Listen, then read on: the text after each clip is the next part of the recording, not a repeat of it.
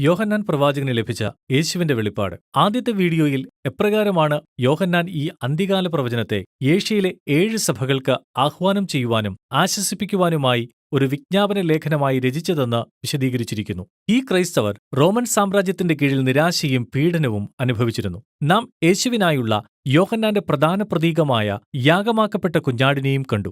അത് ശത്രുക്കൾക്കു വേണ്ടി മരിക്കുന്നതിലൂടെ അവരുടെ മേൽ വിജയം പ്രാപിച്ചു. അവനാണ് ദൈവരാജ്യം സ്വർഗ്ഗത്തിലെപ്പോലെ ഭൂമിയിൽ കൊണ്ടുവരുന്നതിനുള്ള ദൈവ ഉദ്ദേശ്യമടങ്ങിയിരിക്കുന്ന ചുരുൾ തുറക്കുന്നത്. ചുരുൾ തുറക്കുന്നതിലൂടെ മിസ്രൈമിൽ വന്ന ബാധകൾ പോലെ ന്യായവിധി മുന്നറിയിപ്പുകൾ കൊണ്ടുവന്നു. പിന്നെ ഫറവോനെപ്പോലെ രാഷ്ട്രങ്ങൾ മാനസാന്തരപ്പെട്ടില്ല. അതിനുശേഷം യോഹന്നാൻ കുഞ്ഞാടിന്റെ വിവിധ വംശത്തിൽ നിന്നുള്ള സൈന്യത്തെ പരിചയപ്പെടുത്തുന്നു. തുറന്ന ചുരുൾ അവരുടെ വിചിത്രമായ ദൗത്യത്തെ വെളിപ്പെടുത്തി. ഇത് ദൈവത്തിന്റെ നീതിയുടെയും കരുണയുടെയും സാക്ഷ്യം മൃഗീയമായ രാഷ്ട്രങ്ങളുടെ മുന്നിൽ അത് അവരെ കൊല്ലുകയാണെങ്കിൽ പോലും വഹിക്കുന്നതിലൂടെ കുഞ്ഞാടിനെ അനുഗമിക്കുക എന്നതാണ്. കുഞ്ഞാടിനെപ്പോലെ അവരും തങ്ങളുടെ ജീവനെ അർപ്പിക്കുന്നതിലൂടെ മൃഗത്തെ ജയിക്കും. ഇത് രാഷ്ട്രങ്ങളെ മാനസാന്തരത്തിലേക്ക് നയിക്കും. പുസ്തകത്തിന്റെ ശേഷമുള്ള ഭാഗത്ത് യോഹന്നാൻ ഈ മൃഗത്തിന്റെയും ദൈവജനത്തോടുള്ള അതിന്റെ യുദ്ധത്തെക്കുറിച്ചും ഈ കഥ മുഴുവനായി എങ്ങനെയാണ് അവസാനിക്കുന്നതെന്നും നമ്മെ കാണിക്കുന്നു. 7 കാഹളങ്ങൾക്ക് ശേഷം യോഹന്നാൻ 7ന്റെ ആ കൊട്ട് ഒരു കൂട്ടം ദർശനങ്ങളോടെ അവസാനിപ്പിക്കുന്നു. അവയെ അടയാളങ്ങൾ എന്നവൻ വിളിക്കുന്നു. അക്ഷരാർത്ഥത്തിൽ പ്രതീകങ്ങൾ എന്നാണ്. ഈ അധ്യായങ്ങൾ എല്ലാം അവയെക്കൊണ്ട് നിറഞ്ഞതാണ്. ഈ ദർശനങ്ങൾ തുറക്കപ്പെട്ട ചുരുളിലുള്ള സന്ദേശത്തെ വളരെ ആഴത്തിൽ വിശദീകരിക്കുന്നു. ആദ്യത്തേത് സ്വർഗ്ഗത്തിലുണ്ടാകുന്ന ആത്മീയ യുദ്ധത്തെപ്പറ്റി വെളിപ്പെടുത്തുന്നു. ഇവയാണ് റോമൻ ഉപദ്രവങ്ങൾക്ക് ഇരയായ 7 സഭകളുടെ കഷ്ടങ്ങളുടെ കാരണം. ഇത് ഉൽപ്പത്തി 3-ാം അധ്യായത്തിൽ ആരംഭിച്ച ആ പുരാതന സംഘർഷത്തിന്റെ ഒരു പ്രത്യക്ഷമാണ്. എല്ലാ തിന്മയുടെയും ഉറവിടമായി പ്രതിനിധീകരിക്കുന്ന ആ സർപ്പത്തെ ഇവിടെ ഒരു മഹാസർപ്പമായാണ് ചിത്രീകരിച്ചിരിക്കുന്നത്. അത് ഒരു സ്ത്രീയെയും അവളുടെ സന്തതിയെയും ആക്രമിക്കുന്നു.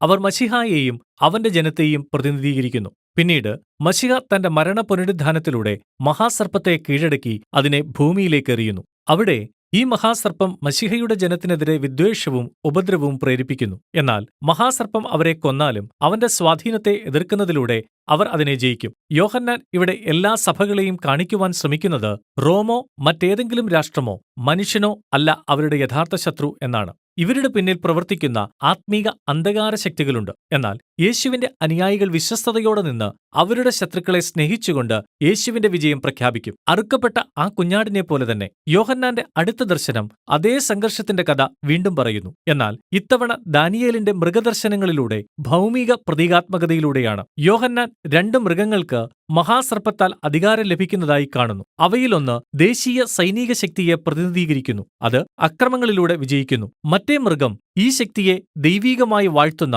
സാമ്പത്തിക പ്രചാരണ യന്ത്രത്തിന്റെ പ്രതീകമായിരിക്കുന്നു. ഈ മൃഗങ്ങൾ രാഷ്ട്രങ്ങളിൽ നിന്ന് പൂർണ്ണ രാജഭക്തി ആവശ്യപ്പെടുന്നു. അത് മൃഗത്തിന്റെ അടയാളവും സംഖ്യയുമായ 666 കയ്യിലോ നെറ്റിയിലോ എടുക്കുന്നതിലൂടെ പ്രതീകമായിരിക്കുന്നു. ഇപ്പോൾ ഇത് വളരെ നിന്ദ്യമായ ഒരു ദൃശ്യമാണ്. ഇതിന്റെ അർത്ഥം നിങ്ങൾക്ക് വാർത്തകളുടെ പ്രധാന തലക്കെട്ടുകളിൽ നിന്നും ലഭിക്കുന്നതല്ല.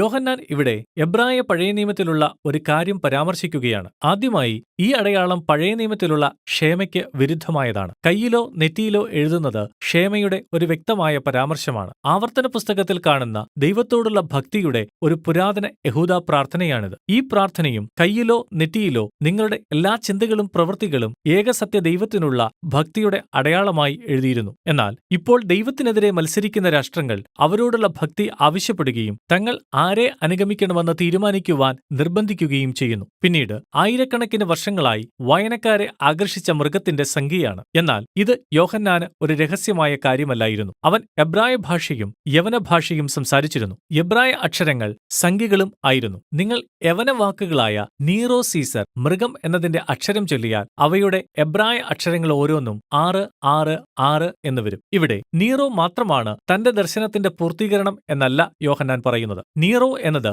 ദാനിയേൽ മുന്നോട്ട് വെച്ച ഒരു സമീപകാല പുരാതന ഉദാഹരണം മാത്രമാണ്. അതായത് രാഷ്ട്രങ്ങൾ ഒരു വ്യാജ ദൈവമെന്ന നിലയിൽ സ്വന്തം ശക്തിയും സാമ്പത്തിക സുരക്ഷയും ഉയർത്തുകയും സമ്പൂർണ്ണ വിശ്വസ്തത ആവശ്യപ്പെടുകയും ചെയ്യുമ്പോൾ അവർ മൃഗ മൃഗങ്ങളായിത്തീരും. അങ്ങനെ ദാനിയേലിന്റെ നാളിലെ മൃഗമായിരുന്നു ബാബിലോൺ. എന്നാൽ പിന്നീട് പേർഷ്യയും ശേഷം ഗ്രീസും ഇപ്പോൾ യോഹന്നാന്റെ നാളിൽ റോമും ആയിരുന്നു. അങ്ങനെ ഭാവിയിൽ ഇതുപോലെ പ്രവർത്തിക്കുന്ന ഏത് രാഷ്ട്രത്തിനും ഇത് ബാധകമാണ്. മൃഗീയ രാഷ്ട്രങ്ങൾക്കും മഹാസർപ്പത്തിനും എതിരായി നിൽക്കുന്നത് മറ്റൊരു രാജാവാണ്. അതാണ് യാഗമാക്കപ്പെട്ട കുഞ്ഞാട്. അവൻ ഇപ്പോൾ അവന്റെ സൈന്യത്തോടൊപ്പമാണ്. അവർ അവനെ അനുഗമിക്കുവാൻ തങ്ങളുടെ ജീവനെ നൽകിയവരാണ്. പുതിയ യെരുശലേമിൽ നിന്നും വിജയത്തിന്റെ ഗാനം പുറത്തുള്ള രാഷ്ട്രങ്ങളിലേക്ക് പോകുന്നു. യോഹന്നാൻ അതിനെ നിത്യസുവിശേഷം എന്ന് വിളിക്കുന്നു. അങ്ങനെ അവർ എല്ലാവരെയും ദൈവത്തെ ആരാധിക്കുവാനും മാനസാന്തരത്തിനുമായി വീഴാൻ പോകുന്ന ബാബിലോണിൽ നിന്ന് പുറത്തു വരുവാൻ വിളിക്കുന്നു. അതിന്റെ ദിവസങ്ങൾ എണ്ണപ്പെട്ടിരിക്കുന്നു. പിന്നീട് യോഹന്നാൻ അവസാന ന്യായവിധിയെക്കുറിച്ച് ഒരു ദർശനം കാണുന്നു. ഇത് 2 കൊയ്ത്തുകളാൽ പ്രതീകപ്പെടുത്തുന്നു. ഒന്ന്, രാജാവായ യേശു വന്ന് അവന്റെ വിശ്വസ്തരായ ജനത്തെ തന്നിലേക്ക് ചേർക്കുന്ന നല്ല ധാന്യങ്ങളുടെ കൊയ്ത്താണ്. മറ്റേത് വീഞ്ഞുമുന്തിരിയുടെ കൊയ്ത്താണ്. ഇത് പ്രതിനിധീകരിക്കുന്നത് തിന്മയാൽ ലഹരി പിടിച്ചിരിക്കുന്ന മനുഷ്യവർഗത്തെയാണ്. അവരെ മുന്തിരിച്ചക്കിൽ കൊണ്ടുപോയി ചവിട്ടിമതിക്കുന്നു. ഇപ്പോൾ ഈ അടയാള ദർശനങ്ങളിലെല്ലാം യോഹന്നാൻ ഈ 7 സഭകൾക്ക് മുന്നിൽ ഒരു ദൃഢമായ തിരഞ്ഞെടുപ്പ് വയ്ക്കുകയാണ്. അവർ ബാബിലോണിന്റെ ഈ വശീകരണത്തെ എതിർത്ത് കുഞ്ഞാടിനെ അനുഗമിക്കുമോ, അതോ അവർ മൃഗത്തെ അനുഗമിച്ച് അതിന്റെ പരാജയത്തെ വഹിക്കുമോ? ഇപ്പോൾ അവർക്ക് ഈ തിരഞ്ഞെടുപ്പ് വ്യക്തമായതുകൊണ്ട് യോഹന്നാൻ 7 ദിവ്യന്യായവിധികളുടെ ആ ചക്രം അവസാനമായി ഒന്നുകൂടെ നമ്മെ കാണിക്കുന്നു. അത് ഇവിടെ 7 കലശങ്ങളിൽ നിന്ന് ഒഴിക്കുന്നതിന്റെ പ്രതീകമായാണ് കാണിച്ചിരിക്കുന്നത്. ഇപ്പോൾ കുഞ്ഞാടിന്റെ ചുരുളിൽ നിന്നും അടയാള ദർശനങ്ങളിൽ നിന്നും അനേക രാഷ്ട്രങ്ങൾ മാനസാന്തരപ്പെടുമെന്ന് നമുക്കറിയാം. എന്നാൽ പുറപ്പാടിലെ ബാധകൾ ആവർത്തിക്കുമ്പോഴും കലശങ്ങളിൽ നിന്നും ഒഴിക്കുമ്പോഴും മാനസാന്തരപ്പെടാത്ത അനേകരുണ്ട്. അവർ ഫറവോനെ പോലെ ദൈവത്തെ ത്യജിക്കുകയും ശപിക്കുകയും ചെയ്യുന്നു. അങ്ങനെ ഇവയെല്ലാം 6-ാമത്തെ കലശത്തിലേക്ക് നയിക്കുന്നു. അപ്പോൾ തന്നെ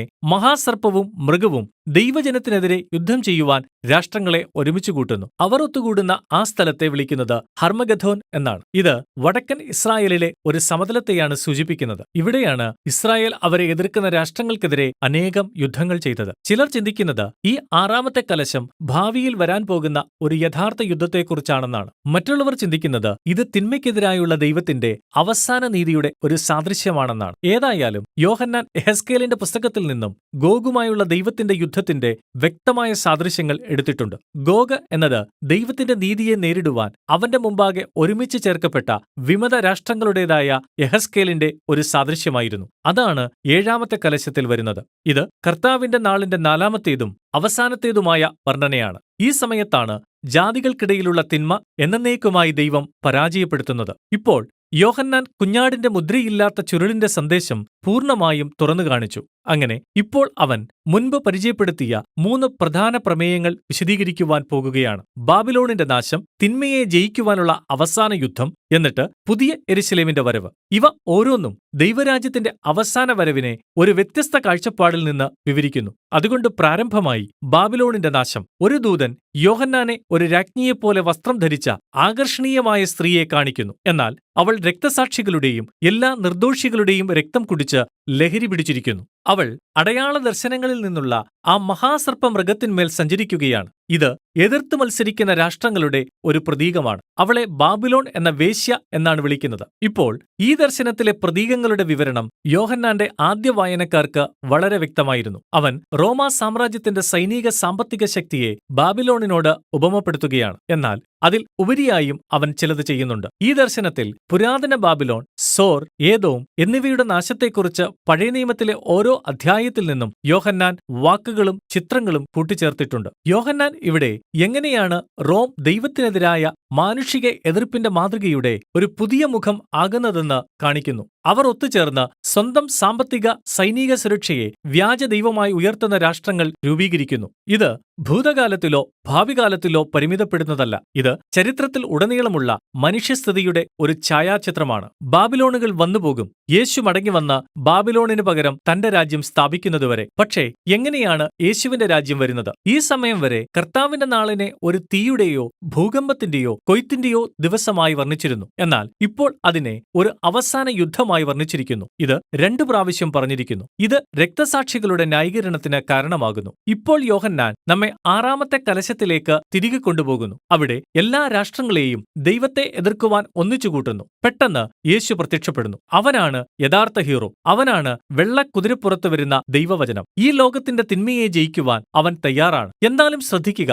യുദ്ധം ആരംഭിക്കുന്നതിനു മുന്നമേ അവൻ രക്തത്തിൽ മൂടപ്പെട്ടിരിക്കുന്നു. കാരണം അത് അവന്റെ തന്നെയായിരുന്നു. അവന്റെ ഏക ആയുധം അവന്റെ വായിലെ വാൾ ആയിരുന്നു. ഈ സാദൃശ്യം യെശയ്യാവിൽ നിന്നും എടുത്തതാണ്. യോഹന്നാൻ നമ്മളോട് പറയുന്നത് ഹർമ്മഗദോൻ ചോര നിറഞ്ഞ ഒരു കൂട്ടക്കൊല ആയിരിക്കുകയില്ല, മറിച്ച് ശത്രുക്കൾക്ക് വേണ്ടി സ്വന്തം രക്തം ചൊരിഞ്ഞ യേശു ഇപ്പോൾ നീതി പ്രഖ്യാപിച്ചു കൊണ്ടുവരുന്നു. ദൈവത്തിന്റെ നല്ല ലോകത്തിൽ നാശം വരുത്തുവാൻ പങ്കുചേർന്നവർ അനുദപിക്കുന്നില്ലെങ്കിൽ അവൻ അവരെ ഉത്തരവാദികളാക്കും. ദൈവത്തിന്റെ ലോകത്തിൽ അവർ അഴിച്ചുവിട്ട വിനാശകരമായ നരകാഗ്നി ന്യായമായും ദൈവം നിയമിച്ച അവരുടെ സ്വന്തം വിധിയായി മാറുന്നു. അതിനുശേഷം ബാബിലോണാൽ കൊല്ലപ്പെട്ട യേശുവിന്റെ അനുയായികളെക്കുറിച്ച് ഒരു ദർശനം യോഹന്നാൻ കാണുന്നു. അവരെ ഉയർത്തെഴുന്നേൽപ്പിച്ച് അവർ 1000 വർഷം മശിഹായോടുകൂടെ വാഴുന്നു. ഇതിനുശേഷം ദൈവത്തിനെതിരായ മനുഷ്യരാശിയുടെ മത്സരത്തിന് പ്രേരിപ്പിച്ച മഹാസർപ്പം ദൈവരാജ്യത്തിനെതിരെ മത്സരിക്കുവാൻ ലോകരാഷ്ട്രങ്ങളെ കൂട്ടിച്ചേർക്കും. എന്നാൽ ദൈവത്തിന്റെ നീതിയുടെ സിംഹാസനത്തിനു മുന്നിൽ അവരെല്ലാം നിത്യപരാജയത്തെ അഭിമുഖീകരിക്കണം. അങ്ങനെ ആത്മീയ തിന്മയുടെ ശക്തികളും ദൈവരാജ്യത്തിൽ പങ്കെടുക്കാൻ ആഗ്രഹിക്കാത്ത എല്ലാവരും നശിപ്പിക്കപ്പെടും. അവർ ആഗ്രഹിച്ചതുപോലെ അവർക്ക് നൽകി തങ്ങളാൽ തങ്ങൾക്ക് വേണ്ടി ജീവിക്കുവാൻ. അങ്ങനെ മഹാസർപ്പവും ബാബിലോണും അവരെ തിരഞ്ഞെടുത്ത എല്ലാവരും എന്നേക്കുമായി ബന്ധിക്കപ്പെട്ടു. ഇനി ഒരിക്കലും അവർക്ക് ദൈവത്തിന്റെ പുതിയ സൃഷ്ടിയെ ദുഷിപ്പിക്കുവാൻ കഴിയില്ല. ഇപ്പോൾ 1000 വർഷവും ഈ 2 യുദ്ധങ്ങളുമായുള്ള ബന്ധത്തെക്കുറിച്ച് ധാരാളം ചർച്ചകളുണ്ട്. ഇത് ഒരു യഥാർത്ഥ കാലക്രമ അനുവർത്തനമാണെന്ന് ചിന്തിക്കുന്നവരുണ്ട്. യേശുവിന്റെ മടങ്ങിവരവ്, തുടർന്ന് ഭൂമിയിലെ 1000 വർഷത്തെ മില്ലേനിയം എന്നറിയപ്പെടുന്ന രാജത്വം, തുടർന്ന് ദൈവത്തിന്റെ അവസാന ന്യായവിധി. മറ്റു ചിലർ ചിന്തിക്കുന്നത് 1000 വർഷങ്ങളെന്നത് ആത്മീയ തിന്മയ്ക്കുമേലുള്ള യേശുവിന്റെയും രക്തസാക്ഷികളുടെയും ഇപ്പോഴത്തെ വിജയത്തിന്റെ പ്രതീകമാണെന്നും 2 യുദ്ധങ്ങൾ യേശുവിന്റെ ഭാവി മടങ്ങിവരവിനെ 2 വ്യത്യസ്ത കാഴ്ചപ്പാടിൽ നിന്ന് വർണ്ണിക്കുന്നുവെന്നുമാണ്. നിങ്ങൾ ഏത് രീതിയിലെടുത്താലും പ്രധാന ആശയം വ്യക്തമാണ്. യേശു രാജാവായി മടങ്ങിവരുമ്പോൾ അവൻ തിന്മയെ എന്നേക്കുമായി കൈകാര്യം ചെയ്യും. തന്നോട് വിശ്വസ്തരായിരിക്കുന്നവരെ അവൻ നിർദോഷീകരിക്കും. സ്വർഗത്തിന്റെയും ഭൂമിയുടെയും വിവാഹത്തിന്റെ അന്തിമ ദർശനത്തോടെ ഈ പുസ്തകം അവസാനിക്കുന്നു. ഒരു ദൂതൻ യോഹന്നാനെ ഒരു സുന്ദരിയായ മണവാട്ടിയെ കാണിക്കുന്നു. അത് ദൈവത്തെയും അവന്റെ ഉടമ്പടി ജനത്തെയും എന്നേക്കുമായി ഒരുമിച്ച് ചേർക്കുവാൻ വന്ന പുതിയ സൃഷ്ടിയെ പ്രതീകപ്പെടുത്തുന്നു. അവൻ വന്നത് മനുഷ്യരോടൊപ്പം എന്നേക്കും വസിക്കുവാനും സകലതും പുതിയതാക്കുവാനുമാണെന്ന് ദൈവം പ്രഖ്യാപിക്കുന്നു. യോഹന്നാന്റെ ദർശനം ഇവിടെ ഒരു കാലൈഡോസ്കോപ്പിൽ പല നിറങ്ങൾ കാണുന്നതുപോലെ പഴയ നിയമ വാഗ്ദത്തങ്ങളെ കാണുകയാണ്. ഈ സ്ഥലം പുതിയ ആകാശവും ഭൂമിയുമാണ്. മനുഷ്യചരിത്രത്തിന്റെ വേദനയും തിന്മയും സൗഖ്യമാക്കിയ ഒരു പുനഃസ്ഥാപിച്ച സൃഷ്ടിയാണിത്. ഇതും ഒരു പുതിയ ഏദൻ തോട്ടമാകുന്നു, ദൈവത്തോടു കൂടെയുള്ള നിത്യജീവന്റെ പറുദീസ. എന്നാൽ ഇത് തോട്ടത്തിലേക്കുള്ള വെറുമൊരു തിരിച്ചുവരവല്ല. ഇത് പുതിയ യെരുശലേമിലേക്കുള്ള ഒരു കാൽവെപ്പാണ്. ഒരു മഹാനഗരം ഇവിടെ മനുഷ്യ സംസ്കാരങ്ങളും അവയുടെ വൈവിധ്യങ്ങളും ഒരുമിച്ച് ഐക്യത്തിലും സമാധാനത്തിലും ദൈവമുമ്പാകെ പ്രവർത്തിക്കും. ഏറ്റവും ആശ്ചര്യപ്പെടുത്തുന്ന ട്വിസ്റ്റ് ഇതാണ്: ഈ പുതിയ സൃഷ്ടിയിൽ ദൈവാലയ മന്ദിരം ഇല്ല. കാരണം ഒരിക്കൽ ദൈവാലയത്തിൽ മാത്രം പരിമിതപ്പെട്ട ദൈവത്തിന്റെയും കുഞ്ഞാടിന്റെയും സാന്നിധ്യം ഇപ്പോൾ പുതിയ ലോകത്തിന്റെ ഓരോ കോണിലും വ്യാപിച്ചിരിക്കുന്നു. അങ്ങനെ അവരുടെ മേലുള്ള ബൈബിളിന്റെ ആദ്യ പേജിൽ രേഖപ്പെടുത്തിയ വിളിയെ പൂർത്തീകരിക്കുന്ന ഒരു പുതിയ മനുഷ്യവർഗമുണ്ട്. ദൈവത്തിന്റെ സാദൃശ്യമായി ഭരിക്കുവാനും ഈ സൃഷ്ടിയെ പുതിയതും ഇതുവരെ ആർക്കും ചെയ്യുവാൻ കഴിയാത്ത കാര്യങ്ങൾ ചെയ്യുവാനും ദൈവത്തോടൊപ്പം പങ്കാളിയാക്കുന്നു. അങ്ങനെ അവസാനിക്കുന്നു യോഹന്നാന്റെ അന്ത്യകാല വിവരണവും മുഴുവൻ ബൈബിളിന്റെ ആ മഹാകഥയും. യോഹന്നാൻ ഈ പുസ്തകം എഴുതിയത് യേശുവിന്റെ മടങ്ങിവരവ് സമയം നിങ്ങൾക്ക് മനസ്സിലാക്കുവാനുള്ള ഒരു രഹസ്യ കോഡായിട്ടല്ല. ഇത് പ്രതീകങ്ങൾ കൊണ്ടുള്ള ഒരു ദർശനമാണ്. ഇത് ആദ്യ നൂറ്റാണ്ടിലെ 7 സഭകൾക്കും അന്നു മുതലുള്ള എല്ലാ സഭകൾക്കും ആഹ്വാനവും പ്രത്യാശയും കൊണ്ടുവന്ന ഒന്നാണ്. ഇത് വെളിപ്പെടുത്തുന്നത് ചരിത്രത്തിന്റെ പോക്കും ദൈവത്തിന്റെ വാഗ്ദത്തത്തെയുമാണ്. എല്ലാ മനുഷ്യ ആധിപത്യവും ക്രമേണ ബാബിലോൺ ആയിത്തീരുന്നു. അതിനാൽ യാഗമാക്കപ്പെട്ട കുഞ്ഞാടിന്റെ ശക്തിയാൽ ഇതിനെ എതിർക്കേണ്ടതാണ്. എന്നാൽ ഒരു വാഗ്ദത്തമുണ്ട്: ഈ ലോകത്തെ സ്നേഹിക്കുകയും അതിനുവേണ്ടി മരിക്കുകയും ചെയ്ത യേശു ബാബിലോണിനെ വെറുതെ വിടുകയില്ല. അവന്റെ നല്ല ലോകത്തിൽ നിന്നും തിന്മയെ നീക്കം ചെയ്ത് എല്ലാം പുതുതാക്കുവാൻ അവൻ വീണ്ടും മടങ്ങിവരും. അത് രാജാവിന്റെ മടങ്ങിവരവ് വരെ ദൈവജനത്തിന്റെ ഓരോ തലമുറയിലും വിശ്വസ്തതയെ പ്രോത്സാഹിപ്പിക്കുന്ന ഒരു വാഗ്ദത്തമാണ്. ഇതാണ് വെളിപ്പാട് പുസ്തകത്തിന്റെ ഉള്ളടക്കം.